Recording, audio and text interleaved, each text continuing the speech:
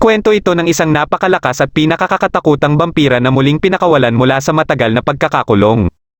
Nagsimula ang kwento ng pinaghahanap ni Richard ang kanyang pamangkin na si Integra. Hindi matanggap ni Richard na si Integra ang nagmana sa posisyon bilang direktor ng Hellsang Organization matapos pumanaw ang dating direktor na si Arthur na ama ni Integra at kapatid ni Richard. Kaya gusto ni Richard na paslangin si Integra para makuha ang posisyon bilang direktor. Habang nasa ventilation shaft si Integra at pinagtataguan si Richard ay naalala niya ang mga huling sinabi ng kanyang ama. Na kung sakaling manganib man ang kanyang buhay ay pumunta lang umano siya sa basement ng mansyon nila dahil doon nakakulong ang nilalang na magproprotekta sa kanya. Nang makarating siya sa kulungan ay nakita niya dito ang nakagapos na si Alucard. Dumating din dito si Richard at kaagad na binaril si Integra. Papatayin na sana ni Richard si Integra nang biglang magising si Alucard at dinilaan ang dugo ni Integra. Sa takot ni Richard matapos makawala si Alucard sa pagkakagapos ay dito na nagawang mapatay ni Integra si Richard. 10 taon makalipas ay nagkaroon ng operasyon ang mga pulis sa nayon ng Cheddar. Dahil hindi na nila magawang matawagan ang mga ipinadala sa simbahan ay nagdesisyon silang humingi na ng tulong sa Hellsang Organization dahil pakiramdam nila ay hindi na ito normal na kaso lang. Sinabi ni Integra sa lieutenant na siguradong mga ghouls ang nagtitipon sa simbahan. Ipinaliwanag ni Integra na ang mga ghouls ay mga taong inatake ng vampira at dahil dito ay siguradong may vampira sa nayon at ito ang trabaho ng Hellsang Organization. Tiniyak niya din na wala nang dapat ipag-alala pa ang lieutenant dahil ipinadala niya na umano ang kanyang tauhan para ubusin ang mga ito. Nang madakip ng vampira at mga gulang babaeng pulis na si Ceres ay dumating dito si Alucard. Inutusan ng vampira ang mga ghouls na polanan ng bala si Alucard. Dahil dito ay nagkalasog-lasog ang katawan ni Alucard habang papalapit sa mga ghouls. Akala ng vampira ay patay na si Alucard ngunit nagulat na lang siya nang marinig ang tawa ni Alucard. Muling nabuo ang katawan ni Alucard at isa-isang pinagbabaril ang mga ghouls. Ginawang hostage ng vampira si Ceres para hindi siya mabaril ni Alucard at inutusan din niya si Alucard na umalis sa lugar at hayaan siyang makatakas. Tinanong ni Alucard si Ceres kung birhen pa ito at pagkasagot ni Ceres ng oo ay binaril siya ni Alucard sa dibdib at tumagos ito sa puso ng vampira. Nabitawan ng vampira si Ceres at dito na siya pinatay ni Alucard. Habang umiiyak si Ceres ay naalala niya ang mga nangyari sa kanyang mga magulang. Matapos mawala ng malay ay napaginipan ni Ceres si Alucard at nang makita niya ang butas sa kanyang dibdib ay dito na siya nagising. Nagulat siya nang makita si Alucard sa tabi niya at pagkadating ni Integra ay dito niya na nalaman na isa na siyang Draculina at miyembro na din ng Hellsang Organization. Isang gabi ay isinama ni Alucard si Ceres para paslangin ang magnobyang vampira. Nalaman ng mga ito na may nakapasok sa bahay kaya lumabas ng kwarto ang lalaking vampira para tingnan ito. Bigla siyang pinaulanan ng bala ni Alucard at gumanti naman siya ng pagpapaputok. Nang maubos ang kanyang bala ay kaagad siyang tumakbo para makatakas ngunit nahabol pa din siya ni Alucard at dito na siya napatay. Gamit ang telepathy ay sinabihan ni Alucard si Ceres na huwag hahayaang makatakas ang babaeng vampira. Dahil malayo-layo na ang natakbo ng babaeng vampira ay nababahala si Ceres na baka hindi niya ito matamaan at maliban sa gabi na din ay wala pang scope ang gamit niyang baril.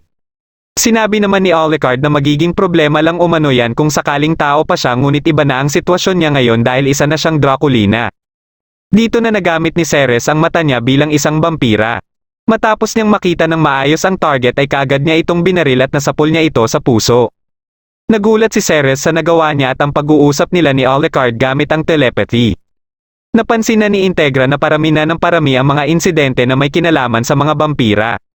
Isang araw ay nagkausap ang dalawang miyembro ng Vatican Special Operations 13th Division na Scariet Organization na sila Father Ronaldo at ang Paladin na si Anderson. Napag-usapan nila ang maraming insidente na may kinalaman sa mga vampira.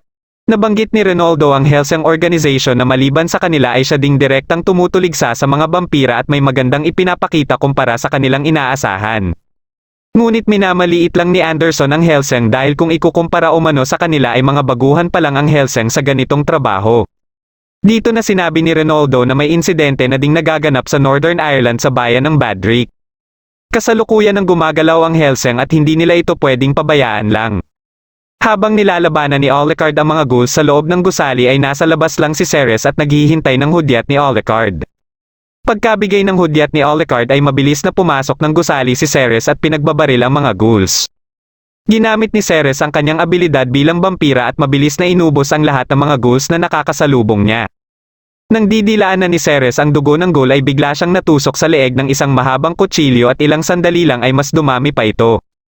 Napansin kaagad ni Alucard na mga holy bayonet ang mga ito. Kumalat din sa paligid ng gusali ang mga spiritual barrier. Ito pala ay si Anderson na papalapit sa kinaroroonan nila Alucard. Nalaman naman kaagad nila Integra na umaksyon din ang Scariet. Nang malaman ni Integra na si Anderson ang ipinadala ng Scariet ay kaagad siyang nagpasya na pumunta din ng Badrick at ipinahanda ang kanyang mga gamit at 2 bodyguard. Inutusan din niya si Walter para ito ang makipagnegosasyon sa Vatican. Alam ni Integra at Walter na katulad kay Alucard ay itong si Anderson din ang alas ng Scariet. Nalaman nila Alucard na niligpit na ni Anderson ang vampira sa gusali. Nang magkasalubong na silang dalawa ay parehas silang umatake at nasaksak ni Anderson si Alucard ngunit binaril naman ni Alucard si Anderson sa ulo. Ilang segundo lang ay muling bumangon si Anderson at inatake muli si Alucard mula sa likod. Ginantihan ito ni Alucard ngunit hindi din ito tinatabla ng bala. Nagpatuloy ang kanilang laban hanggang sa magawa ni Anderson na madala si Alucard sa bintana at pagsasaksakin nito gamit ang maraming holy bayonet. Tinanggal ni Anderson ang ulo ni Alucard at habang natutuwa siya sa nagawa niya kay Alucard ay napansin niyang wala na si Ceres. Susubukan sana ni Ceres na tumakas dala-dala ang ulo ni Alucard ngunit nasundan kaagad sila ni Anderson. Nang susubukan na ni Ceres na tumakas sa bintana ay meron palang spiritual barrier na nakapalibot sa gusali. Habang nababahala si Ceres sa kanyang sitwasyon ay biglang nagsalita si Alucard. Natunaw ang buong ulo ni Alucard na naging dugo at gusto nito na inumin ni Ceres ang dugo niya para matulad din sa kanya si Ceres. Nang papatayin na sana ni Anderson si Ceres ay pinagbabaril naman siya ni Integra na kararating lang. Gusto ni Integra na polisin sa lugar si Anderson dahil sakop pa umano ng Hellsang ang lugar at labag sa naging kasunduan ng Hellsang Organization at Vatican ang ginawa ni Anderson na makialam sa kanilang teritoryo. Ngunit nagmatigas pa rin si Anderson at inatake ang 2 bodyguard ni Integra at pati na din si Integra. Dito na nalaman ni Anderson na hindi pa pala sapat ang kanyang ginawa kay Alucard para mapatay ito. Biglang nagsulputan ang maraming paniki at nabuo muli si Alucard mula dito. Naglaban sila ulit ngunit mabilis lang mag-regenerate si Alucard kaya napagtanto ni Anderson na hindi pa ito ang araw na mapapatay niya si Alucard. Dahil dito ay nagpasya na lang siya na umalis na lang at binalaan sila na sa susunod umano nilang pagkikita ay papatayin niya na ang buong Hellsang Organization. Bagamat hindi maganda ang ginawa ni Anderson at may utang na sa kanila ang Vatican dahil dito ay alam ni Integra na hindi ang Vatican ang totoo nilang kalaban kundi ang organisasyon na salarin sa pagpapakalat ng mga vampira sa iba't ibang lugar. Kaya sinabi din ni Alucard na basta utusan lang umano siya ni Integra para lipulin ang mga ito ay gagawin niya kaagad ito. Tinanong naman ni Alucard si Ceres kung bakit hindi nito ininom ang dugo niya at sumagot si Ceres na pakiramdam niya na kung inumin niya ang dugo ay may katapusan na mangyayari. Habang ang organisasyon na pinag-usapan nila ay nagplaplano na ng digmaan. Nagsagawa ng roundtable conference ang 12 miyembro nito sa mansyon ni Integra para pag-usapan ang tungkol sa biglaang pagsulputan ng mga vampira. Dito ay ipinakita ni Integra ang transmitter na nakuha nila mula sa mga vampira na kanilang napatay. Nabanggit din niya ang mga ghouls na siyang tradisyonal na kinahihinatnan sakaling ang isang tao na hindi na birhen ay makagat ng vampira. Ngunit may natuklasan sila na kahit ang mga bata at klarong mga birhen pa ay nagiging ghouls na din.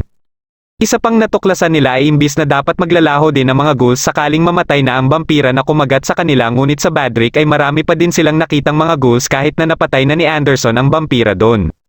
Ibig lang sabihin nito ay may malalim pang nalalaman tungkol sa mga vampira at ghouls ang mga salarin nito katulad din sa kanila. Dito ay ipinakita ni Walter kay Alucard ang bagong baril na gagamitin ni Alucard na ipinasadya pa nilang ipagawa.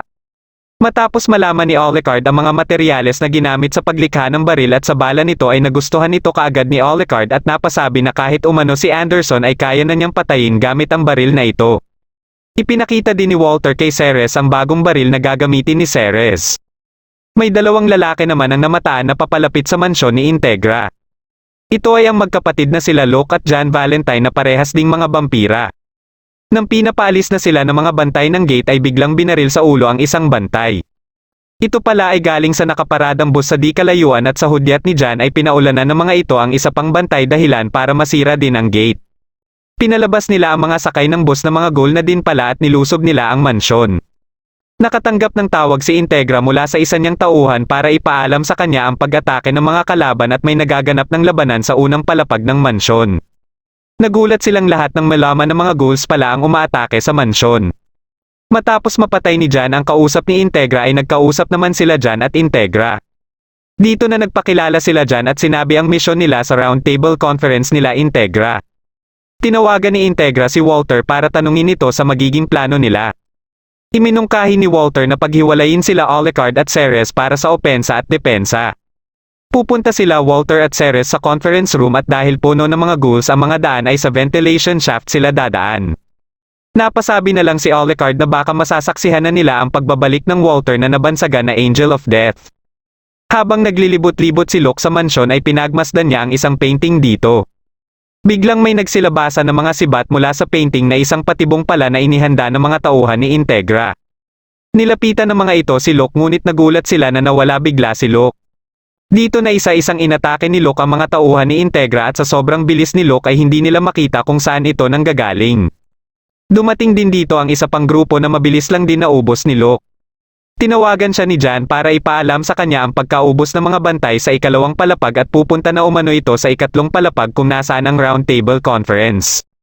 Habang si Locke naman ay patungo naman sa basement ng mansyon. Hindi na mapakali si Penwood sa sitwasyon nila at sinisisi na si Integra. Ngunit pinakalma siya ni Islands dahil alam nito na may plano na si Integra sa mga ghouls. Ilang segundo lang ay dumating na dito sila Ceres at Walter. Tiniyak ni Walter sa kanilang lahat na kayang-kaya nila ni Alucard na talunin ang mga umaatake sa mansyon. Nang makarating na si Locke sa basement ay naghihintay na pala dito si Alucard na pa-relax-relax lang. Nagpakilala si Locke kay Alucard at ayon sa kanya ay hinahangaan niya umano si Alucard. Papalapit na sila dyan sa conference room ngunit lumabas naman mula sa isang silid si Walter. Sa bilis ng atake ni Walter ay napatay nito ang ibang ghoul na nasa likuran ni Jan. Sa gulat ni Jan ay pinagpawisan kaagad ito at muli na namang umatake si Walter kaya nagpaputok na sila Jan. Hindi nila alam na naaabot lang sila ng mga string ni Walter dahilan para malagasan na naman sila. Pinagamit ni Jan ang daladalang pangdepensa ng mga ghoul at nagsimula silang lumakad papalapit kay Walter. Dito na umaksyon si Ceres at sa lakas ng bago niyang baril ay isang bala lang ang isang hilera ng mga ghouls. Umatake si Jan ngunit hinarap naman siya ni Walter at tinanggal ni Walter ang hikaw sa labi ni Jan. Aatake na sana muli si Jan nang magawa na siyang pigilan ni Ceres. Sinubukan ni Walter na kumuha ng impormasyon kay Jan sa kung sino ang nag-utos sa kanya at ang layunin niya bakit niya nilusob ang mansyon. Sinagot ito ni Jan na maliban sa gusto nilang atikihin ang roundtable conference ay plano din nilang iligpit si Alucard. Dito lang din nalaman nila Walter na may isa pa palang kasamang vampira si Jan at kasalukuyan na itong kaharap ni Alucard. Dito ay isa-isang binanggit ni Locke ang kanyang mga dahilan bakit niya hinahangaan si Alucard. Nagsimula na silang maglaban at sabay nilang natamaan ang isa't isa. Napatawa sila pareho at nagpatuloy ang kanilang barilan. Nang matamaan ni Alucard ang pinto ay nagulat si Locke sa lakas ng baril na gamit ni Alucard. Nang mapansin ni Walter ang paparating na mga ghouls ay dito na nagkaroon ng pagkakataon si Jan na makawala kay Ceres. Nagulat sila Walter nang makita ang mga tauhan ng Hellsang na naging ghoul na din. Nagawa ni Jan na makalampas kina Walter at isinakripisyo din ito ang isa niyang braso para makarating sa conference room. Pagkabukas niya ng pinto ay inaabangan na pala siya nila Integra at kaagad siyang pinagbabaril. Habang patuloy ang labanan nila Alucard at Locke ay hindi makapaniwala si Locke na hindi man lang umiilag si Alucard. Dahil sa kinikilala ni Alucard na hindi pangkaraniwang vampira si Locke ay nirelease niya ang Control Art Restriction System dahilan para mailabas niya ang matindi niyang kapangyarihan. Sa takot ni Locke ay kaagad siyang tumakbo para tumakas ngunit bago pa siya makarating sa hagdan ay naputol na ang dalawa niyang paa. Dito na nilamon si Locke nang nagwawalang kapangyarihan ni Alucard. Hindi din makapaniwala si Integra na lahat ng mga tauhan niya ay naging ghoul na. Inatake ng mga ito si Ceres at dito na ginamit muli ni Ceres ang abilidad niya bilang isang Draculina. Sa lakas ni Ceres ay mabilis lang niyang natalo ang mga ghoul at kumalma lang siya nang pinigilan na siya ni Integra. Habang tinatanong ni Walter si Jan ay lumapit dito si Integra at binaril si Jan. Gustong malaman ni Integra kung sino ang nag-utos kina Jan at Locke na lusubin ang Hellsang Organization. Dito ay nabanggit ni Jan ang device na nakalagay sa katawan niya na nagbibigay din ng impormasyon sa headquarters nila. Siguradong alam na umano ng mga ito ang palpak na misyon nila at kahit ang pag-uusap nila ay naririnig din ng mga ito. Biglang nagliyab si Jan at bago siya mamatay ay binanggit niya ang Millennium. Inutusan ni Integra si Walter na tapusin na ang paghihirap ng mga ghoul ngunit dumating dito si Islands at sinabi kay Integra na dapat siya umano ang gagawa nito dahil trabaho umano ito ng isang commander. Sinunod naman ito ni Integra at pinaimbestigahan ni Islands kay Walter ang tungkol sa Millennium at sisiguraduhin nilang pagbabayarin nila ang mga ito. Matapos ang pag-iimbestiga ni Walter tungkol sa Millennium ay nagbigay na ito ng report kay Integra.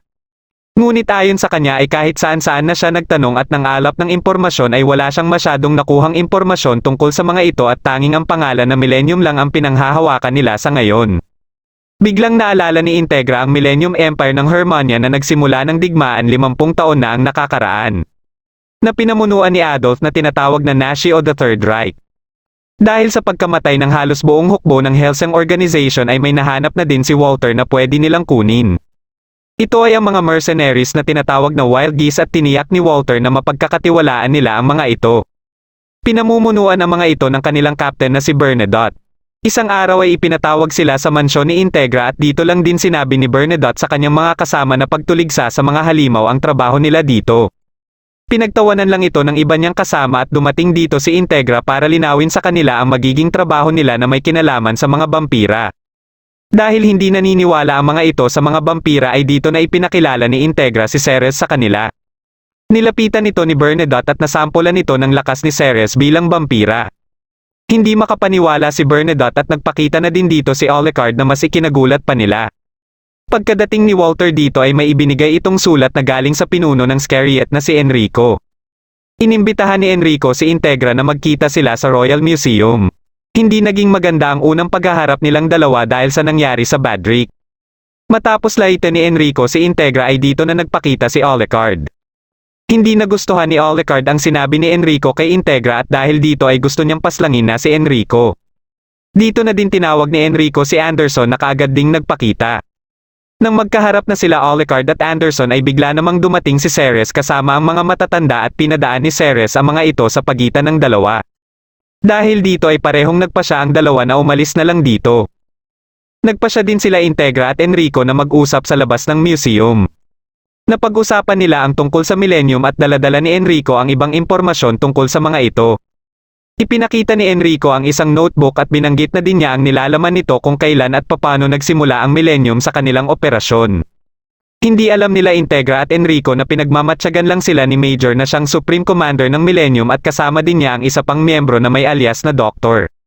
Dahil sa mga nakuhang impormasyon ni Integra tungkol sa Millennium ay ipinaalam ni Walter kay Alucard na ipapadala umano siya sa South America sa Brazil kung saan dito namamalagi ang mga miyembro ng Millennium.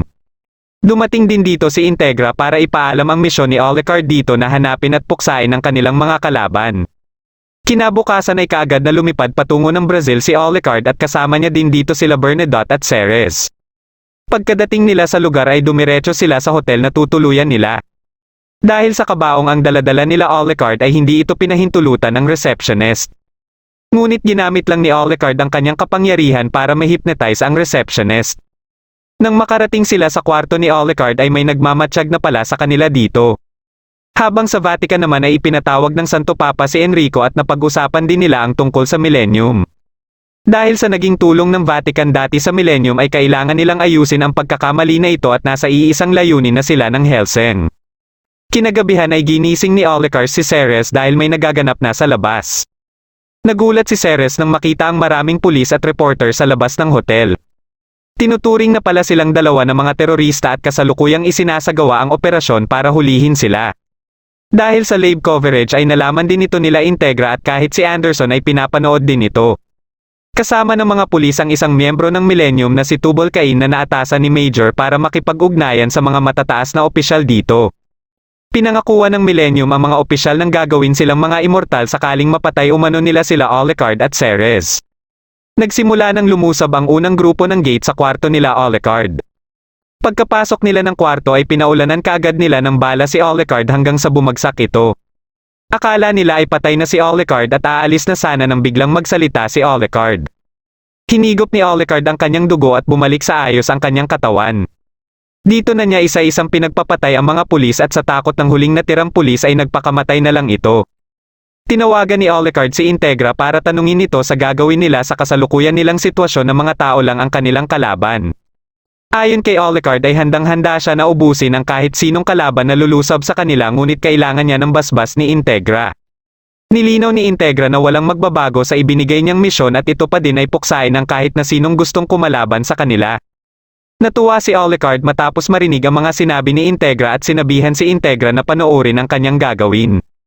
Nang makarating sa harap ng silid nila Alucard ang pangalawang grupo ng gate na ipinadala ay nagulat ang mga ito nang biglang bumukas ang pinto. Lumabas si Alucard ng silid na patawa-tawa lang at nang paputukan na siya ay gumanti din siya kaagad. Pinapanood din ito ni Major at nagbigay ng mensahe para kay Tubal Cain na maghanda para sa pag-atake. Dahil napagtanto na ng ibang gate na hindi nila kayang mapatay si Alucard kaya umatras na sila. Habang nasa elevator na sila para tumakas ay nagawa ni Alucard na ma-hypnotize ang isa sa kanila kaya paulit-ulit nitong pinindot ang button dahilan para hindi sila makababa kaagad. Nahihirapan silang pigilan ito kaya pinatay na lang nila ito. Ngunit huli na ang lahat dahil naabutan na sila ni Alucard at dito na sila naubos. Pagkababa ni Alucard ay napansin niya din kaagad ang mga gate na nakatago. Ilang sandali lang ay nagsitilapo na lang ang mga ito palabas ng hotel at lahat sila ay natusok sa mga flagpole. Pagkalabas ni Alucard ay nilapitan siya ni Tubal Cain na nagpakilala sa kanya na miyembro din ng Millennium at sinabi din nito ang kanilang ginawa paano nila napapayag ang mga pulis ng Brazil na lusubin at ituring na mga terorista sila Alucard. Nagpalabas si Tubal Cain ng kanyang mga baraha at inatake si Alucard. Muli siyang umatake at sa bawat atake niya ay maraming tao ang nadadamay sa paligid. Gumanti na si Alucard at natamaan niya si Tubal Cain sa leeg ngunit hindi ito umubra. Umakyat si Alucard sa gusali at hinabol siya ni Tubal Cain. Dito ay pinasok ni Bernadette ang mga pulis at pinagpapatay ang lahat na nasa loob ng tent. Nag-iwan siya dito ng bomba at ilang segundo matapos siyang makalabas ay sumabog ito. Habang natataranta ang mga pulis sa pagsabog ay naisip ni Bernadette na magnakaw ng chopper.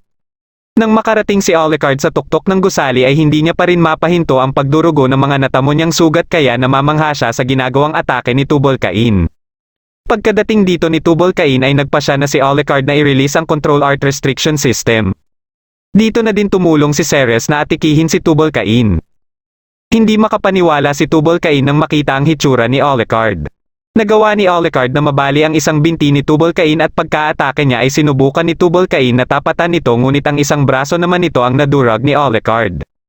Bakas na sa mukha ni Tubal Cain ang takot habang hinahawakan ni Alucard ang kanyang ulo. Nang kinagat ni Alucard si Tubal Cain ay nakita niya ang papalapit na digmaan na gustong umpisahan ng Millennium at ang mga vampira na miyembro ng mga ito. Matapos masunog ni Tubal Cain ay napatawa na lang si Alucard. Dumating dito ang isang chopper sakay si Bernadette para sunduin sila Alucard at Ceres. Matapos ang palpak na operasyon ng Brazilian military at ni Tubal Cain ay nagkaharap sila Major at ng isang colonel na gustong maging vampira. Sa galit nito kay Major dahil hindi pa rin tinutupad ang kanilang hiling ay binugbog nito si Major. Binaril ng kasamahan ni Major ang ginamit na pamalo ni Colonel at binalaan siya na baka lumipad ang kanyang ulo kung hindi siya titigil. Katapos ay tinutukan din siya ng baril ng iba pang mga tauhan ni Major. Tinawagan ni Integra si Alucard para ipaalam nito kay Alucard na magpapatawag ng pagpupulong ang Reyna. At kailangan nilang umuwi kaagad para makapagbigay siya ng report sa Reyna sa kanilang mga natuklasan tungkol sa Millennium. Tinatanong naman ni Enrico ang isang pari na miyembro ng Vatican's European General Directorate na nakipagtulungan dati sa Millennium. Pinagpipilitan ng pari na ito na puwersa lang umano sila dati kaya napilitan silang suportahan ang mga ito. Ngunit hindi naniniwala dito si Enrico dahil alam niyang gusto din ng pari na ito at ng iba pang pari na tumulong sa Millennium na gawin silang vampira. Tagaktak na ang pawis ng pari habang nagmamakaawa kay Enrico na hindi siya patayin. Ngunit kahit anong pagmamakaawa ng pari ay pinaslang pa din siya. Habang nagpaplano na sila Alucard para sa kanilang pagbalik sa London ay biglang dumating dito si Anderson. Nagsuntukan muna sila ni Alucard at pagkatapos ay ibinigay ni Anderson ang release paper at sinabi kina Alucard ang lokasyon ng eroplano ng Vatican na pwede nilang masakyan. Kasama ang Helsing, Scariet at mga matataas na opisyal ng England ay nagtipon-tipon sila sa palasyo ng Reyna. Ilang minuto lang ay dumating dito sila Alucard at kaagad siyang pinalapit ni Integra sa Reyna. Natuwa ang Reyna sa pagkikita nilang muli ni Alucard matapos ang mahabang panahon. Dito na nagbigay ng report si Alucard sa kanyang mga natuklasan habang nasa Brazil sila. Ayon kay Alucard na itong Millennium umano ang nakalaban nila ni Walter 50 taon na ang nakakaraan na tinatawag na Last Battalion. Biglang dumating dito ang isang miyembro ng Millennium na si Schrödinger. Dala-dala ang isang device ay nasa kabilang linya si Major para magbigay ng mensahe. Ipinakita din ni Major ang isang colonel na pinagpipiestahan ng mga ghoul. Opisyal na nagdeklara si Major ng pakikidigma sa Britanya sa Hellseng at kay Alucard. Ngunit pinagtawanan lang siya ni Alucard at dito na nag-utos si Integra na barilin si Schrödinger. Matapos barilin ni Ceres ang dala ni Schrödinger ay nagulat silang lahat nang maglaho bigla si Schrödinger. Dito na formal na nagbigay ng utos ang Reyna sa Hellseng at kay Alucard na wasakin ang Millennium. Pagkapasok nila Major sa isang silid ng kanilang airship ay nandito na si Schrödinger na naghihintay sa kanila. Nagsimula nang lumipad ang mga airship ng Millennium patungo ng London. Habang ang isang vampira ng Millennium na si Van ay naatasan ni Major na lusubin ang isang aircraft carrier ng London na Eagle. Kahit na binabantayan ang kanyang chopper na papalapit sa barko na ito ay may kakontsaba na pala siyang vampira sa loob. Madaling naubos ng vampirang ito ang mga sakay ng barko na kaagad ding naging ghoul. Pagkalapag ni Van sa barko ay sinalubong siya ng mga vampira na ito. Ngunit hindi alam ng mga ito na may plano pala si Van na patayin din sila. Sa isang putok lang ng baril ni Van ay napatay kaagad nito ang dalawa at nagawa pang makaligtas ng isa. Nilusob nito si Van ngunit mabilis lang din itong napatay ni Van. Isa-isang nagsilabasan ang mga vampirang dala ni Van at sila na ang nagkontrol sa barko. Napag-usapan nila Alucard at Walter ang last battalion na nakalaban na nila dati na may balak na namang manggulo. Ayon naman kay Alucard na iba na ang sitwasyon ngayon dahil may bago na silang kasama para harapin ang mga ito. Dito na natanong ni Walter kay Alucard kung bakit nito ginawang vampira si Ceres. Sinagot ito ni Alucard na si Ceres umano ang pumili ng gusto nitong tahakin na daan at nawiwili din siya dito. Dahil ayaw uminom ni Ceres ng dugo kaya sinusubukan niyang kumain ng normal na pagkain ngunit hindi na ito kayang tanggapin ng panlasa niya. Biglang may inilapag na supot ng dugo sa mesa at nakita niya dito si Integra. Lumapit ito sa kanya at tinanggal ang guwantes na suot nito katapos ay kinuha ang kutsilyo at sinugatan ni Integra ang kanyang daliri. Inutusan niya si Ceres na sipsipin ang kanyang dugo at sinunod naman ito ni Ceres dahil maliban sa isa itong utos ng amo niya ay naaakit din siya sa dugo. Habang paalis si Integra ay pinaghanda niya si Ceres para sa magaganap na labanan dahil sa pagkakawala nila ng kontak sa Eagle sa baybayin ng Wales at posibleng kagagawan ito ng Millennium. Katapos paslangin ni Anderson ang mga vampira na ipinadala ng Millennium para harapin siya ay nagkausap sila ni Enrico. Ayon kay Enrico na sa daming informants ng Millennium sa iba't ibang parte ng mundo ay posibleng isa sa nakatalaga sa Britanya ay nasa round table. Dagdag pa niya na nakikita niyang mas tutok ang mga ito sa Hellseng at kay Alucard. At sinabi naman ni Anderson na sa tamang oras ay parehas nilang dudurugin ang mga ito. Na sinangayunan naman ni Enrico at sa huli ay sila lang ang maiiwang matagumpay. Nabanggit din ni Enrico ang pag-uutos ng Papa na pagalawin na ang Knights of Malta, Knights of Saint Stephen, Order of Calatrava la Nueva at ang Cruciform Sword. Kasama din ang Swiss Company Headquarters, Holy Relics 3rd Division Matthew at ang Specialized Anti-Vampire Tactical Arms. Natawa dito si Anderson at nasabi na para na umano itong krusada. Dahil dito ay inutusan din ni Enrico si Anderson na kaagad bumalik sa Britanya. Katapos ang kanilang pag-uusap ay hinarap naman ni Anderson ang mga bagong dating na mga vampira. Nakipagpulong si Integra kay Penwood tungkol sa nangyari sa Eagle. Nagbigay ng report ang isang opisyal ni Penwood sa estado ng Eagle. Nabanggit din nito na kasalukuyan ng papunta doon ang dalawang SAS Pluton sakay ng helicopter para tingnan ng malapitan ang sitwasyon at subukan din na mabawi ito. Kaagad na sinabi ni Integra na i-cancel ang operasyon na ito at pabalikin ang mga ito dahil kung hindi ay mauubos lang sila doon. At yun na nga ang nangyari na kaagad din nilang nalaman at ang ikinabahala pa nila ay isang bala ng musket lang ang tumama sa mga ito. Dahil dito ay kumbinsido na si Integra na kagagawa nito ng isang vampira at gagawa na sila ng nararapat na aksyon. Habang papalabas sila Integra at Walter ay pinag-uusapan nila ang pwedeng gamitin nila Alucard papunta sa Eagle. Ilang sandali lang ay nagpakita dito si Alucard na gustong-gusto ng pumunta sa Eagle. May naisip si Walter na aircraft na pwedeng gamitin ni Alucard at ikinatuwa naman ito ni Alucard. Sinubukang atikihin ng mga tauhan ni Penwood ang Eagle ngunit hindi makadapo ang kanilang mga missiles dahil napipigilan kaagad ito ni Van at pinasabog din ito ang mga aircraft.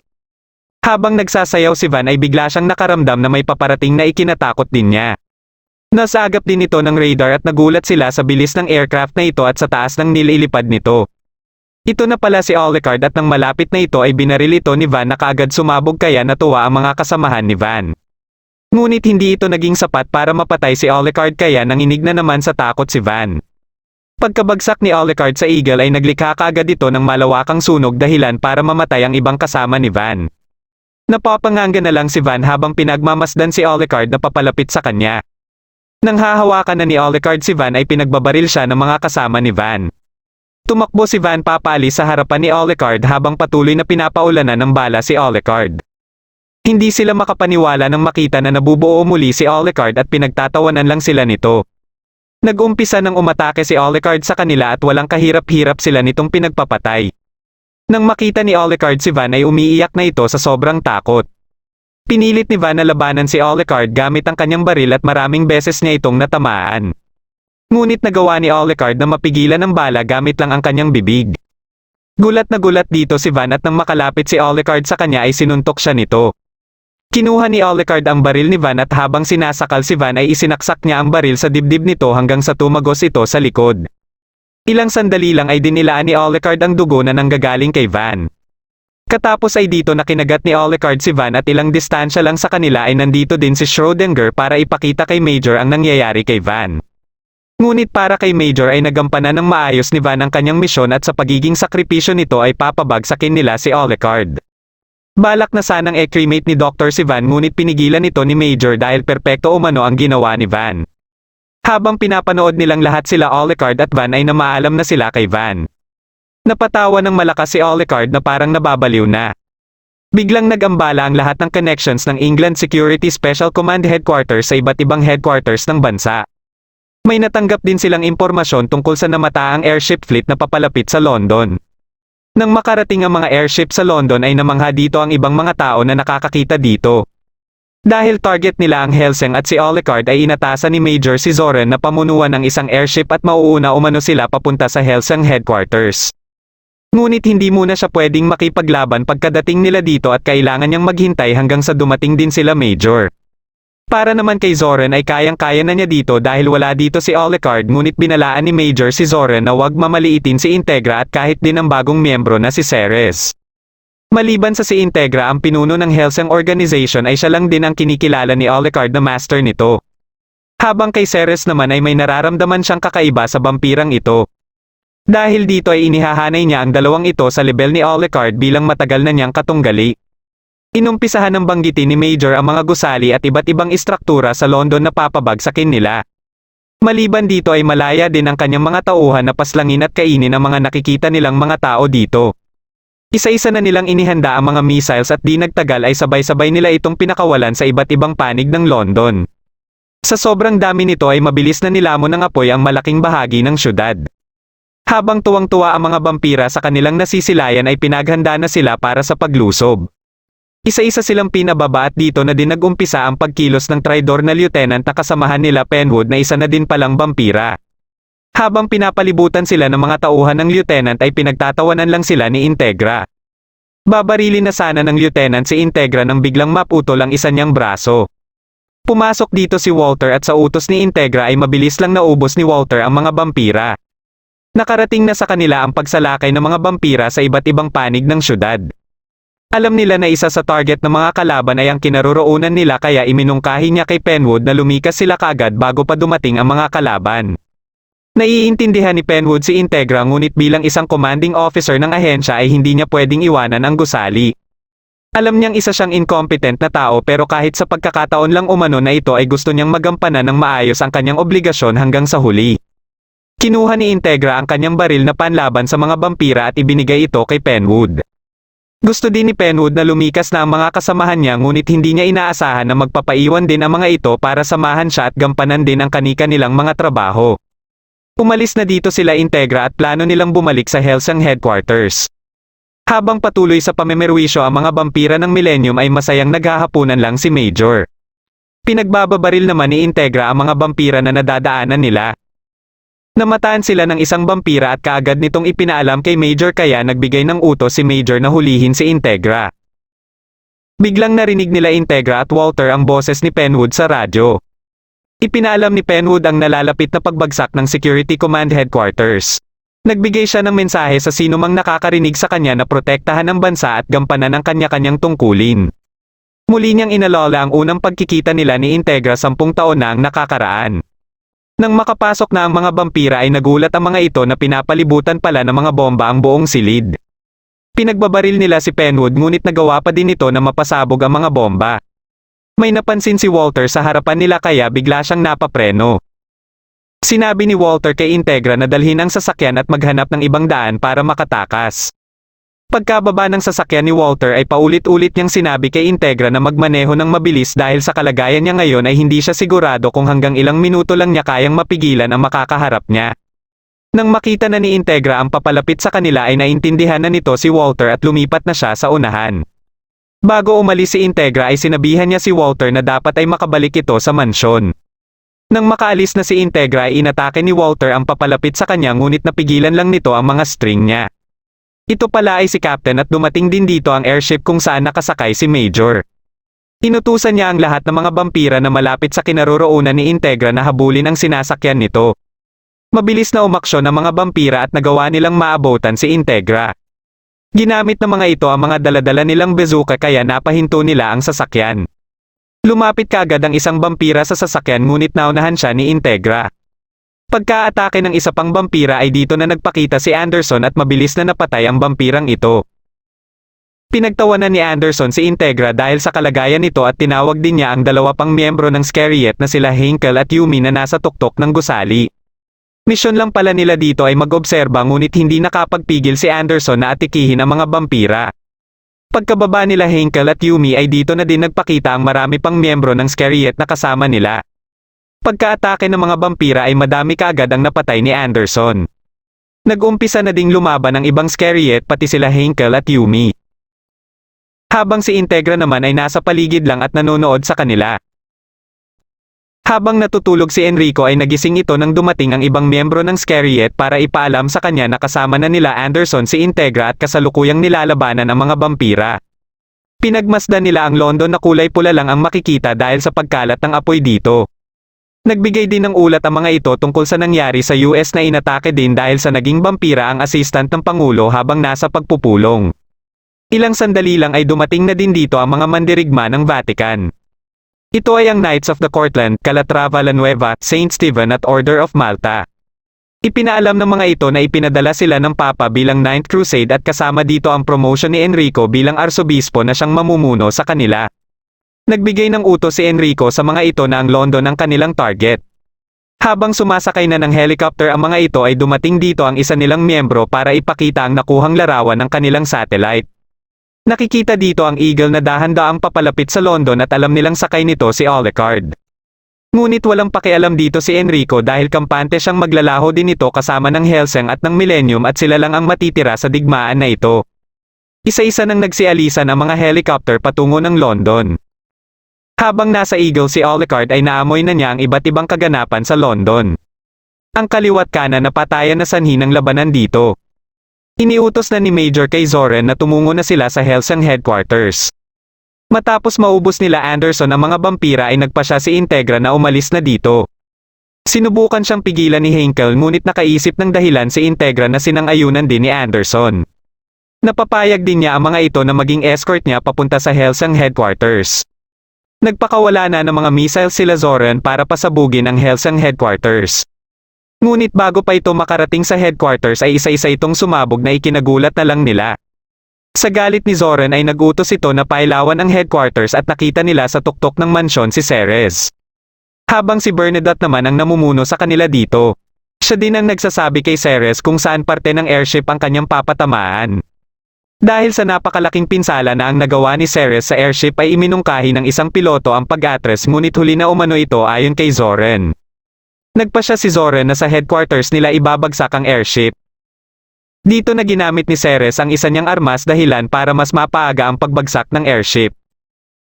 Pagkabagsak nito ay kaagad din itong sumabog ngunit alam nila Ceres at Bernadette na buhay pa ang mga kalaban. Isa-isang nagsitayuan ang mga kalaban pati na din si Zoren. Pinababa ni Bernadette si Ceres para makapaghanda muna ito. Sa puntong ito ay ang Wild Geese naman ang nakahanda para harapin ang mga kalaban.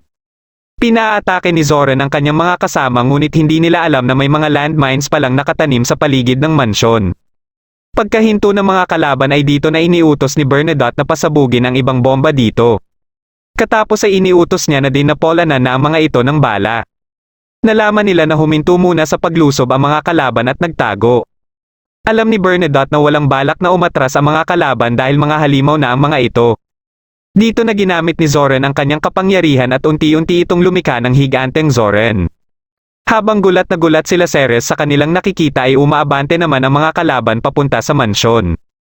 Dahil hindi na nasasagot si Bernadotte sa kanyang mga tanong ay lumabas siya ng silid at nagulat din siya sa nakita niya. Umatake ito sa mansyon dahilan para matamaan ang ibang wild geese. Dahil sa mga nakikita ni Ceres na kalagayan ng iba ay napaluhod ito habang pinagmamasdan si Zoren. Ngunit parang may nagsasabi sa kanyang isipan na hindi ito totoo. Narinig niya ang boses ni Alucard at sinasabihan siya na gamitin ang isa niyang mata. Pagkadilat niya ay nalaman na niya na isang ilusyon lang pala ang kanilang nakikita. Isa-isa niyang sinabihan ang mga kasama niya na isa lang ilusyon ang lahat. Ngunit dahil hindi siya napapakinggan ng mga ito ay pinagbabaril niya na lang si Zoren. Matapos itong madaplisan sa muka ay dito na unti-unting naglaho ang ilusyon. Dahil dito ay nahimasmasan na din sila Bernadotte ngunit huli na ang lahat. Ilang segundo lang ay nagawa ng makapasok ng mansyon ang mga kalaban. Kaagad na umatake ang mga ito at nagawa pa ni Ceres na mapatay ang mga ito. Ngunit sa ibang parte ng mansyon ay tuloy-tuloy na ang pag-atake ng mga kalaban. Sinabi ni Bernadotte ang kanyang plano na si Ceres ang kanilang magiging opensa at ang wild geese naman ang magsisilbing depensa. Dahil sa lakas ng mga vampira at hindi pagtalab sa mga ito ng mga gamit na baril ng wild geese ay marami kaagad ang nalaga sa hanay ng wild geese. Nang makarating si Ceres sa isang silid ay mga nagkalasog-lasog na mga katawan ng wild geese na ang kanyang naabutan. Plano ni Bernadotte na magsama-sama silang lahat sa isang silid na gagawa nila ng barikada ngunit ayon sa mga nasa Sector B ay naharangan na ng mga kalaban ang kanilang daan papunta sa kinaroroonan nila Bernadotte. Maliban dito ay halos lahat sa kanila ay mga sugatan na at hirap ng makakilos. Wala nang nagawa pa dito si Bernadotte kundi pa umpisahan na ang paggawa ng barikada. Habang ang isa nilang kasama dito ay nawalan na ng tapang para lumaban at gusto nang umuwi. Nilapitan ito ni Bernadotte para linawin muli dito ang kanilang tungkulin at ang intensyon niya na sisiguraduhin niyang mamamatay silang lahat bilang matatapang na sundalo at kung ito na ang huling araw nila ay mamamatay sila na lumalaban. Ngunit hindi pa umano siya nawawalan ng pag-asa dahil may tiwala siya sa kakayahan ni Ceres. Nagawa ng maubos nila Zoren halos lahat na nasa Sector B at may isa na lang ang natitira. Pinilit nito na atikihin si Zoren ngunit naharangan lang ito ng ibang mga vampira. Ginamit ni Zoren ang kanyang kapangyarihan para mapasok ito sa kanyang ilusyon. Nakita nito ang kanyang anak na matagal ng patay ngunit hindi nito maiwasan na mapaniwala sa ilusyon na ito. Nang tuluyan na itong madala sa ilusyon ay dito na siya pinatay ni Zoren. Habang pinagpipiestahan ng ibang mga vampira ang mga katawan ng mga wild geese ay tinadtad naman sila ng bala ni Ceres. Dumating dito ang iba pang kalaban ngunit hindi din sila umubra kay Ceres. Kahit ang nasa baba na aatake na sana kay Ceres ay hindi din nakaligtas sa kanya. Kinagisa ng mga kalaban ng pampasabog ang barikada nila Bernadotte na kaagad ding nasira at nasugatan din ang iba nilang kasama. Habang sinusubukan nila Bernadotte na pigilang makalapit sa kanila ang mga kalaban ay hinagisan ulit sila ng pampasabog. Mas madami ang nasugatan sa kanila kasama na si Bernadotte ngunit napurohan pala dito ang kanilang lieutenant. Nilapitan kaagad ito ni Bernadotte ngunit ilang segundo lang ay namatay na din ito. Dahil gusto ni Zoren na manigurado ay pinagamit nila ang bazooka para punteryahin muli ang silid. Ngunit bago pa ito maitira ay pinaulanan sila ni Ceres ng bala hanggang si Zoren na lang ang natirang nakatayo. Ginamit ni Zoren ang kanyang ilusyon ngunit kahit alam ni Ceres na ilusyon lang ito ay hindi niya pa din ito napigilan. Ipinakita ni Zoren ang panahong pinatay ang mga magulang ni Ceres dahilan para tuluyan ng mahulog dito si Ceres. Dahil dito ay nagawa ni Zoren na maputol ang isang braso ni Ceres at atikihin din ito sa likod. Hindi pa nakontento dito si Zoren at pati ang mga mata ni Ceres ay inatake din niya. Papatayin na niya sana si Ceres nang bigla naman siyang inatake ni Bernadotte. Nang mapabagsak ni Bernadotte si Zoren ay kaagad na hinagisan ang lugar ng tear gas. Binuhat ni Bernadotte si Ceres para tumakas sila dito. Dahil sa sugat at maraming dugo na ang nawala kay Bernadotte ay hirap na din itong maglakad. Muling nagising ang isang vampira at pinagbabaril si Bernadotte. Ngunit tiniis pa din ito ni Bernadotte para makapagpatuloy sa paglalakad at pinatay naman ng dalawang wild geese ang vampira. Ilang segundo lang ay inatake na naman si Bernadotte mula sa likod at ito pala ay si Zoren. Hindi na niya ito nakayanin pa kaya nabitawan na niya si Ceres at bumagsak na din siya. Pinilit ni Ceres na makalapit kay Bernadotte ngunit ilang sandali lang ay binawian na ito ng buhay. Niyakap ito ni Ceres at humagulgol na siya sa pag-iyak. Nagulat ang dalawang wild geese nang makita ang mga vampira sa likod ni Zoren. Ginamit muli ni Zoren ang kanyang ilusyon ngunit biglang nagsalita si Ceres na ikinagulat niya. Paulit-ulit na binanggit ni Ceres na pagbabayarin niya si Zoren sa ginawa nito katapos ay dito na niya kinagat si Bernadotte. Muling bumalik kay Ceres ang dugo na nawala sa kanya at bumalik din ang kanyang mga mata. Unti-unting nawala ang kapangyarihan ni Zoren na nakapalibot sa lugar. Napansin ni Zoren na nanginginig na sa takot ang mga kasama niyang vampira habang pinagmamasdan si Ceres. Hindi makapaniwala si Zoren na ganito kalala ang naidulot ng kapangyarihan ni Ceres sa mga vampira. Nag-umpisa ng lumusab si Ceres at ang dugo na natipon sa naputol niyang braso ay nagsilbing shadow arm at malaki ang naitulong nito sa kanya para mabilis niyang maubos ang mga vampira. Hanggang si Zoren na lang ang matira na kaagad hinawakan ni Ceres ang ulo. Sa lakas ni Ceres ay hindi makawala si Zoren kaya pinagsusuntok niya na lang si Ceres baka sakaling makawala siya dito. Ngunit hindi ito naging sapat hanggang sa kagatin na ni Ceres ang kamao ni Zoren. Ginamit ni Zoren ang kanyang kapangyarihan kaya nabitawan siya ni Ceres. Habang sinisisid niya ang memorya ni Ceres ay nagulat siya nang hindi na kay Ceres ang nakikita niyang memorya at sa halip ay kay Bernadotte na ito. Nakita niya din dito si Schrödinger na may ibinigay na mensahe mula kay Major. Hindi nagustuhan ni Major ang pagsuway ni Zoren sa utos niya na huwag magsimula ng labanan hanggat hindi pa sila dumadating. Pagkaalis ni Schrödinger ay hinawakan muli ni Ceres ang ulo ni Zoren at ikinuskos ito sa pader hanggang sa madurog ito. Biglang nagliyab si Zoren at nilapitan naman ni Ceres si Bernadotte. Nagpaalam si Ceres sa dalawang wild geese na aalis na siya dito para puntahan at wasakin ang mga kalaban dahil ito umano ang ipinangako niya kay Bernadotte. Pagkaalis niya ng mansyon ay ginamit niya ang shadow arm niya para gawing pakpak at makalipad ng sobrang bilis. Habang pinapanood ni Major ang nasusunog na syudad ng London ay dumating dito si Schrödinger para ipaalam sa kanya ang pagkamatay ni Zoren. Hindi na nagtaka dito si Major dahil nararapat lang umano ito kay Zoren. Di nagtagal ay may nakita ang mga tao na nagliliwanag na napagkakamalan nilang mga anghel.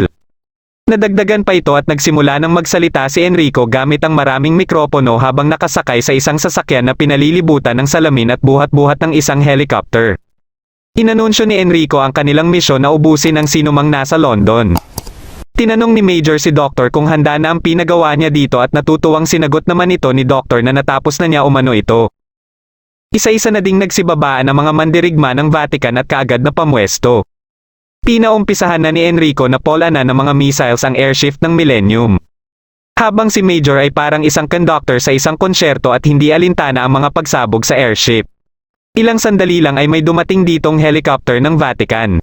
Susubukan sana ng mga ito na atikihin si Major ngunit bago pa nila ito magawa ay nagkaputol-putol na ang kanilang helicopter. Kagagawan pala ito ni Walter na naging kakampi na ng Millennium at bumato din ang hitsura. Katulad ng Millennium ay inaatake din ng mga taga-Vatican ang mga tao na nakikita nila. Tuwang-tuwa naman si Enrico habang pinagmamasdan ng mga tao na inaatake ng kanyang mga tauhan. Galit na galit si Integra sa ginagawa ni Enrico na pagtratraidor sa kanila. Kahit si Anderson ay hindi nagugustuhan ang ginagawa na ito ni Enrico at ng Vatican. Muling ipinaalala ni Henkel ang utos sa kanila ni Enrico na pigilan si Integra ngunit wala nang pakialam dito si Anderson. Biglang dumating dito si Ceres at inatake ang mga nakapalibot kay Integra. Ipinaalam ni Ceres kay Integra ang nangyari sa mansyon at sa wild geese pati na din kay Bernadotte. Tinanong ni Integra si Ceres kung kinagat ba nito si Bernadotte na naging dahilan ng pagiging full-fledged vampire niya. Pagkasagot ni Ceres ay umaksyon kaagad sila Henkel sa pag-atake ngunit pinigilan sila ni Anderson dahil hindi umano matatalo nila Henkel si Ceres. Bigla nilang naramdaman ang kapangyarihan ni Alucard na ikinatuwa naman ni Ceres. Nang makapaghanda na si Alucard ay kaagad siyang umalis ng Eagle. Binaba ni Alucard ang naghaharap na hukbo ng Vatican at Millennium. Kaagad ding pumunta dito si Anderson at pati na din si Captain. Nilapitan ng dalawang ito si Alucard at habang tinititigan nila si Alucard ay humingi si Alucard ng utos mula kay Integra. Iniutos naman ni Integra na lipulin ni Alucard ang sinumang may gustong kumalaban sa kanila. Dito na din nagbigay ng pahintulot si Integra na i-release na ni Alucard ang restriction system sa level 0 na siyang pinakamataas na level nito. Mula sa sinakyan ni Alucard na aircraft na nasa Eagle ay bumukas ang kanyang daladalang kabaong na ikinabahala ng lahat. Biglang umatake si Anderson kay Alucard at sinundan din ito ni Captain. Umatake din kay Alucard ang hukbo ng Millennium at ang hukbo ng Vatican. Alam ni Anderson na lahat sila na nandito ay biglang nakaramdam ng takot at habang hindi natatalo si Alucard ay patuloy nila itong mararamdaman. Biglang may nagsilabasan ng mga card na ikinasawi kaagad ng mga natamaan nito. Nagpakita dito sila Van at Tubalcain at nilamon ng kapangyarihan ni Alucard ang lahat na maaabutan nito. Mula dito ay isa-isa nang nagsilabasan ang iba pang mga tao at sa sobrang dami nito ay natutulala na lang ang mga nakakakita dito. Napansin ni Anderson na kasama din pala sa mga nilamon ni Alucard ang hukbo ng Janissaries. Mas nagulat naman si Enrico nang makitang magsilabasan ang Royal Army ng Wallachia na sariling mga sundalo nila Alucard. Patuloy ang pagdami ng hukbo ni Alucard at mabilis din itong kumalat sa syudad. Habang ang mga helicopter naman ang siyang pinupunteriya nila Tubalcain at Van. Iminungkahi na ng isang tauhan ni Enrico ang pag-atres dahil hindi na umano ito labanan kundi isa ng massacre. Ngunit hindi ito pinakinggan ni Enrico hanggang ang helicopter na nagdadala sa kanya na ang sumabog dahilan para mahulog na din siya.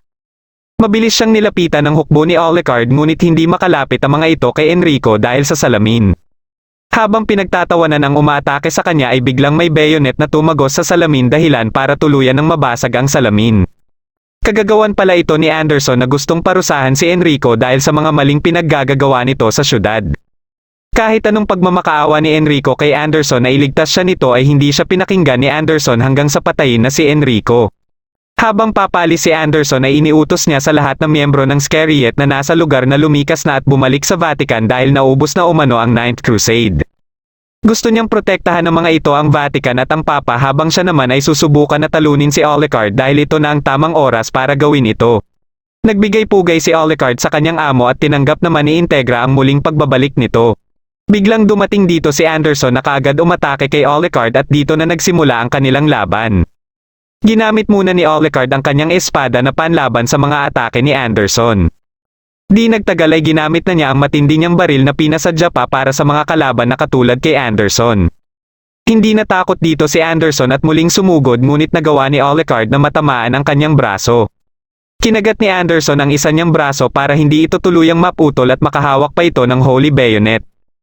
Nagsimula ng sumugod si Anderson at inaatake lahat ng humaharang sa kanya. Ginamit niya ang kanyang explosives chain para mas mapaluwag ang dadaanan niya papunta kay Alucard. Nagawa ng isa na mapigilan si Anderson at nang aatakihin na ng iba dito si Anderson ay biglang dumating dito sila Henkel at pinagbabaril ang mga ito. Dahil sa mga dahilan nila Henkel at Yumi ay wala nang nagawa si Anderson at payagan ang mga ito na samahan siya na labanan ang mga alagad ni Alucard. Nagsimula na silang sumugod at tuwing may malapit nang namamatay sa kanila ay pinapasabog nila ang bomba na nakakabit sa kanilang katawan. Dahil dito ay mabilis na nakalapit si Anderson kay Alucard.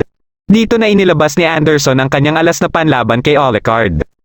Nang makita ni Alucard ang nilalaman nito ay nakilala niya kaagad ito at ito ay ang Scariet artifact na Helene's Nail. Isasaksak na sana ito ni Anderson sa kanyang dibdib nang pinigilan siya ni Alucard. Ayaw ni Alucard na matulad sa kanya si Anderson na tuluyan ng isuko ang pagiging tao nito at maging halimaw na din ang kaluluwa nito. Ngunit wala nang pakialam si Anderson kahit ano ang mangyayari sa kanya at kung ito man ang kahihinatnan niya ay tatanggapin niya ito. Tuluyan ang isinaksak ni Anderson ang Helene's Nail sa kanyang dibdib at kaagad itong nagkaroon ng reaksyon sa kanyang puso at unti-unting may mga nagsilabasan na mga tangkay na may mga tinik dito. Sa galit ni Alucard ay nilapitan niya si Anderson para barilin ito ngunit naunahan siya ni Anderson at naputol nito ang kanyang kamay at ulo. Nagawa pa ni Alucard na mabaril din si Anderson sa mukha nito kaya parehas silang nagtamo ng malaking pinsala ngunit parehas lang din na nabubuo muli ang mga nadurog na parte ng kanilang katawan. Muli silang naglaban at sa bawat pinsalang natatamo nila ay mabilis lang nila itong napapabalik sa dati. Sinubukan ni Alucard na barilin ang Helene's Nail ngunit hindi ito umubra. Nagawa ni Anderson na matamaan si Alucard ng bayonet sa ulo at kaagad na kumalat ang tangkay sa katawan ni Alucard. Nang masunog si Alucard ay sabay din na nasunog ang buong hukbo niya. Habang nasusunog si Alucard ay may narinig siyang boses na tumatawag sa kanya. Pagdilat niya ay nakita niya ang mukha ni Ceres. Sinaksak siya ni Anderson at dumating dito si Ceres para pigilan ito. Paulit-ulit na tinawag ni Ceres ang kanyang amo at dito na nagsalita si Alucard para patahimikin siya. Nagawang mabali ni Alucard ang bayonet ni Anderson at maputol ang mga tangkay na nasa katawan niya. Sumugod si Alucard at muli silang nagpalitan ng mga atake ni Anderson. Hanggang sa magawa ni Alucard na makuha ang puso ni Anderson at dinurog ito. Hindi nagustuhan ni Alucard na ganito ang kinahinatnan ni Anderson at biglang nagsalita dito si Anderson.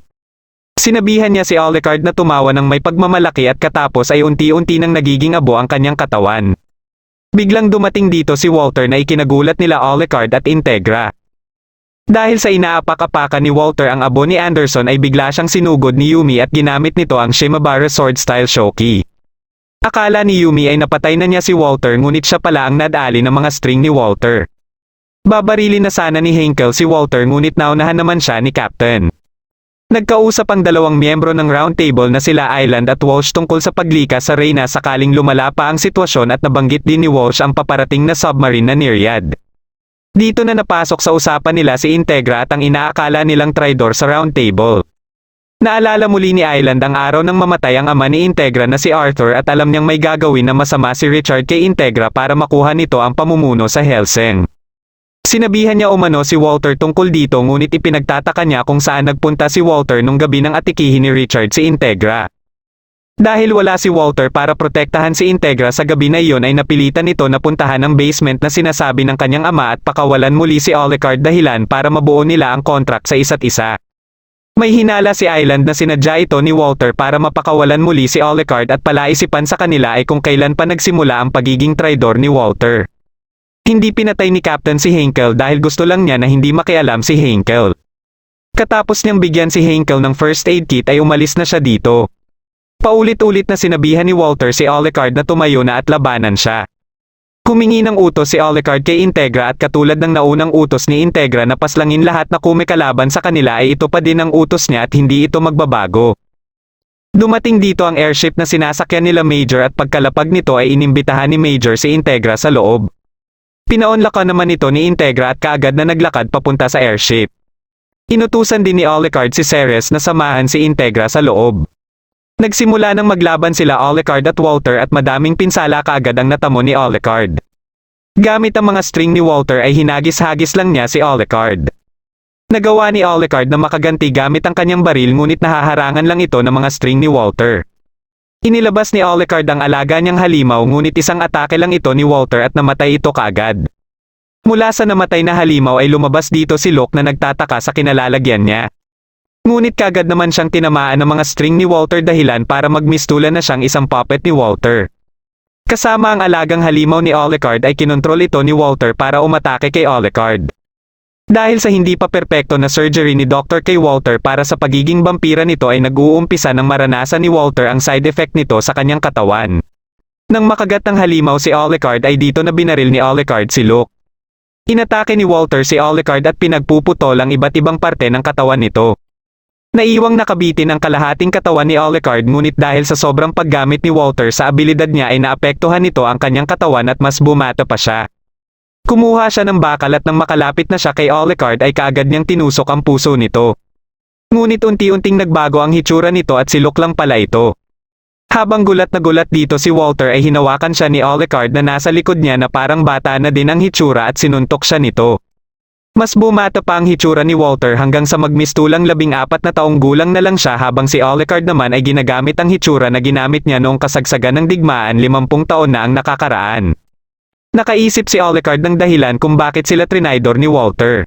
Isa dito ay ang pagkatakot ni Walter sa patuloy niyang pagtanda at balang araw ay hindi na siya mapakinabangan at makalimutan na lang.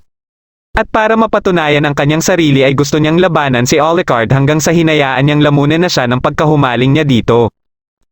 Napansin nila na nagsimula na ang labanan sa loob ng airship. Si Ceres ang nagmistulang opensa at depensa ni Integra habang patungo sila sa kinaroroonan ni Major. Napansin nila na nakangiti ang mga vampira na kanilang napapatay na parang natutuwa ang mga ito sa pagsapit ng kanilang kamatayan. Nakita nila si Captain sa unahan kaya pinauna ni Ceres si Integra patungo kay Major at siya na ang bahala kay Captain. Pagkaalis ni Integra ay kinuha ni Ceres ang 2 baril na malapit sa kanya at nagbarilan sila ni Captain. Ginamit ni Ceres ang kanyang shadow arm para umatake at nagulat siya nang biglang magbago ng anyo si Captain at naging parang lobo. Habang sa labas ay sinimulan ng higopin ni Alucard ang lahat na dugo sa buong London. Nang makita ito nila Major ay natuwa sila dahil nangyayari na ang kanilang inaasahan. Matapos makumpleto ang transformation ni Captain bilang lobo ay inatake kaagad nito si Ceres. Bigla niyang narinig ang boses ni Bernadotte na ikinagulat niya at nagawa niyang makaiwas sa atake ni Captain.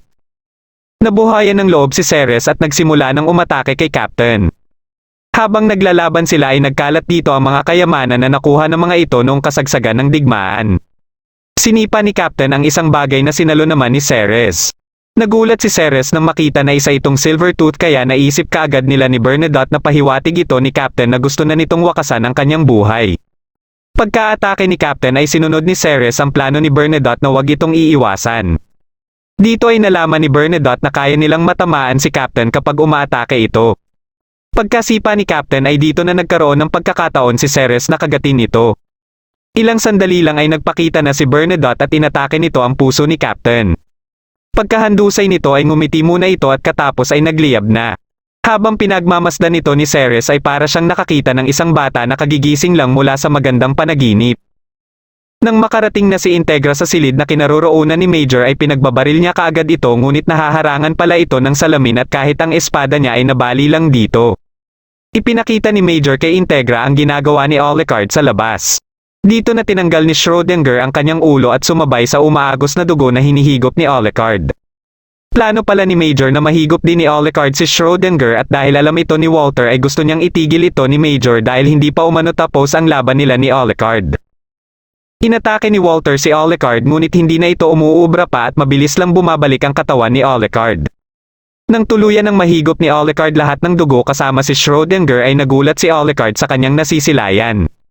Dito na ipinaliwanag ni Major kay Integra kung bakit nagkakaganito na si Alucard at dahil ito sa paghigop niya kay Schrödinger. Kaya umano ni Schrödinger na mapunta sa iba't ibang lokasyon basta makilala lang niya ang kanyang sarili. Ngunit dahil kasama na siya ngayong natunaw sa kamalayan ng milyong buhay ay hindi na niya magagawang makilala ang kanyang sarili. Ito ang dahilan kaya mawawala na din na parang isang memorya na lang si Alucard.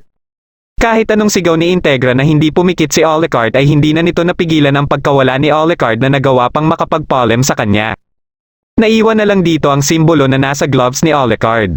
Dahil sa pagsabog sa iba't ibang parte ng airship ay umabot na ito sa kinaroroonan nila. Ngunit pagkadating ni Ceres dito ay bigla ding nawala ang apoy dito. Matapos makuha ni Walter ang necktie na suot-suot ni Alucard ay napatawa ito ng malakas sa pagkawala ni Alucard. Biglang may umatake sa kanya at ito pala ay galing kay Henkel. Muling pinagbabaril ni Henkel si Walter hanggang sa maubos ang kanyang bala. Binunat niya ang isa niyang baril at tumakbo papalapit kay Walter ngunit bago pa siya makalapit ay nagawa ni Walter na maputol ang isang braso at binti niya. Iniwan ni Walter si Henkel para pumasok siya sa airship. Inutusan ni Integra si Ceres na pagbabarilin ang salamin at dahil hindi pa din ito nababasag ay kinuha na ni Ceres ang mas malaking armas dahilan para mabasag na ang salamin at dumiretso ang bala kay Major. Dito na nila nalaman na isa ng cyborg ang buong katawan ni Major. Dahil dito ay nasabi ni Integra na isang halimaw si Major ngunit ayon kay Major ay mas halimaw pa umano si Alucard. Nagpasya na si Integra na wakasan na ang buhay ni Major at habang nilalapitan niya ito ay pinagbabaril siya ni Major ngunit wala ni isang bala ang tumama sa kanya. Nang makalapit na siya kay Major ay sabay silang nagpaputok at pareho nilang natamaan ang isa't isa. Natamaan ni Integra ang noo ni Major dahilan ng tuluyang pagbagsak nito. Habang kay Integra naman ay natamaan ang mata nito. Di nagtagal ay nawalan na ng buhay si Major. Paulit-ulit na sinabi ni Integra na hindi isang tao si Major at nararamdaman din niyang babalik si Alucard. Habang nag-iisip si Doktor ng kanyang gagawin ay binuksan niya ang isang aparador at isa-isang tinipon ang kanyang mga gamit na dadalhin sa pag-alis dito. Ngunit biglang dumating dito si Walter na ikinagulat niya. Para kay Walter ay mga palpak ang mga gawa ni Doktor at kabilang na din siya doon. Pangarap ni Doktor na makagawa ng isang nilalang na hihigit pa kay Alucard. Nang atikihin siya ni Walter ay natanggal niya ang tela at nakita ni Walter ang buto ni Mina Harker. Ngunit kahit anong gawin ni Doktor ay hindi niya makopya si Alucard. Matapos mamatay ni Doktor ay napaupo si Walter sa panghihina. Nagawa niya pang manigarilyo at dito na siya nagpaalam kay Integra na naramdaman naman ni Integra. Dito na sila nagpasya na lumabas ng airship bago pa ito tuluyang matupok ng apoy. Makalipas ang 30 taon habang nagfe-fencing sila Integra ay binisita sila dito ng kasalukuyang pinuno ng Scariet na si Makube at kasama niya din sila Henkel. Pinapunta sila ni Integra sa reception room at habang papunta sila ay naisip ng isa nilang kasama na pwede umano silang umatake dito dahil sa walang masyadong bantay. Dito na ipinakita ni Henkel ang familiar ni Ceres na si Bernadotte na nakapalibot sa buong mansyon. Hindi malaman ni Integra kung babalik pa ba si Alucard, ngunit tiwala si Ceres na babalik pa umano ang kanyang amo. Habang sa basement ng mansyon ay nakakulong dito ang kabaong ni Alucard kasama ang simbolo nito. Isang gabi habang natutulog si Integra ay biglang lumitaw si Alucard sa silid ni Integra. Nang susubukan na nito na kagatin si Integra ay bigla siyang pinagbabaril ni Integra at dumating din dito si Ceres. Nakita nila si Alucard na nakaupo sa gilid at tumitawa at ikinatuwa ito ni Ceres. Tinanong ni Integra si Alucard kung ano ang ginagawa nito sa loob ng 30 taon. Ayon kay Alucard ay pinatay niya umano ang mahigit 3 milyon na nasa loob ng katawan niya. Ngunit may isa siyang hindi napatay dahilan kaya kahit saan siya napupunta at ito din ang dahilan kaya nandito siya ngayon. Dahil 30 taon nang hindi nakakainom ng dugo si Alucard ay nagugutom na ito kaya pinainom ni Integra ang kanyang dugo kay Alucard. Dito na nagtatapos ang pinakahuling episode ng Hellsing Ultimate. Kung nagustuhan mo ang video na ito ay huwag kakalimutan mag-like at mag-subscribe na din para malalaman mo kaagad kung may bago akong video. Maraming salamat sa panonood at shoutout na din kina